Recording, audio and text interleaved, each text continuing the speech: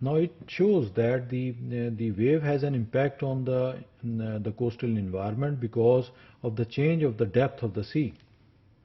Like this, we have